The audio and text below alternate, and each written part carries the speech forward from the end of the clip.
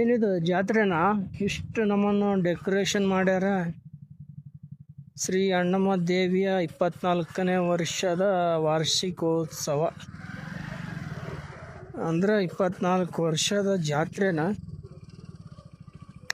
ಯಬ್ಬಬ್ಬಬ್ಬಬ್ಬ ಏನು ಡೆಕೋರೇಷನ್ ಮಾಡ್ಯಾರ ಅಂದ್ರೆ ನೋಡಿ, ಆ ಸೈಡು ಈ ಸೈಡು ನಮ್ಮ ಕರ್ನಾಟಕದ ಧ್ವಜ.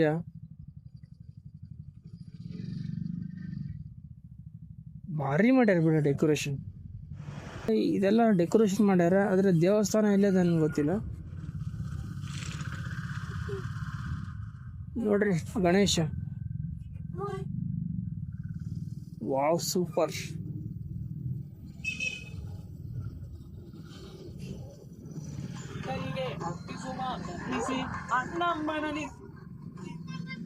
ಈ ಥರ ಜಾತ್ರೆಗಳನ್ನ 3 ಕಡೆ ಅಷ್ಟೇ ನಡೆಯುತ್ತೆ ಅಂತ ಅಂದ್ಕೊಂಡಿದ್ದೆ, ಆದರೆ ಇಲ್ಲಿನೂ ನಡೆಯುತ್ತೆ.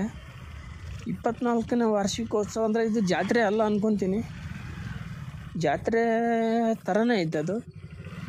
ಜಾತ್ರೆ ಇದ್ದರೆ ಜಾತ್ರೆ ಮಹೋತ್ಸವ ಅಂತ ಇಡ್ತಿದ್ರು.